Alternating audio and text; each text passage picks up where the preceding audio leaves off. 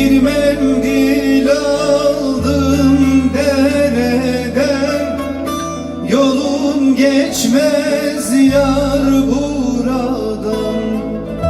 Bin bir derdim var yaradan, güzel seni çok özledim.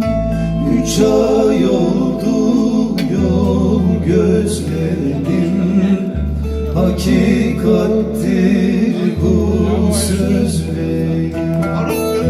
Güzel seni çok özledim, 3 ay oldu yol gözledim, hakikattir bu sözlerim.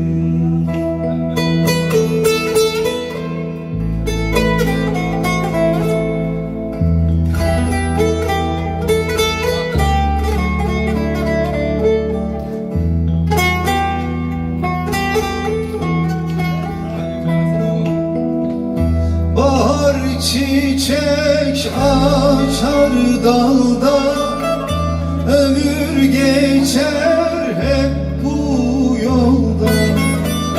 Benim gönlüm değil malda, güzel seni çok özledim. 3 ay oldu yol gözledim, hakikattir bu sözlerim.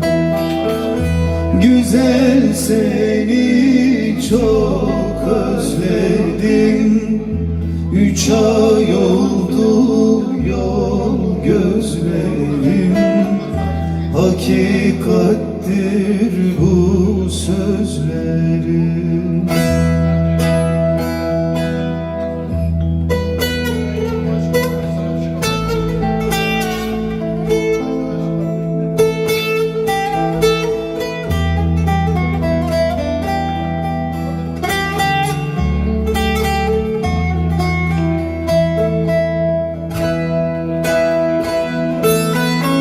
Selam gelir mektup ile, mektup değil bu bir sille. Seversen beni dinle, güzel seni çok özledim.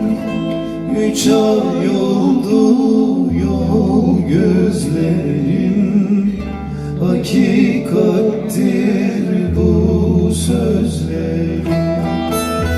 Güzel seni çok özledim, 3 ay oldu yol gözlerim, hakikattir bu sözlerim. Güzel seni çok özledim, 3 ay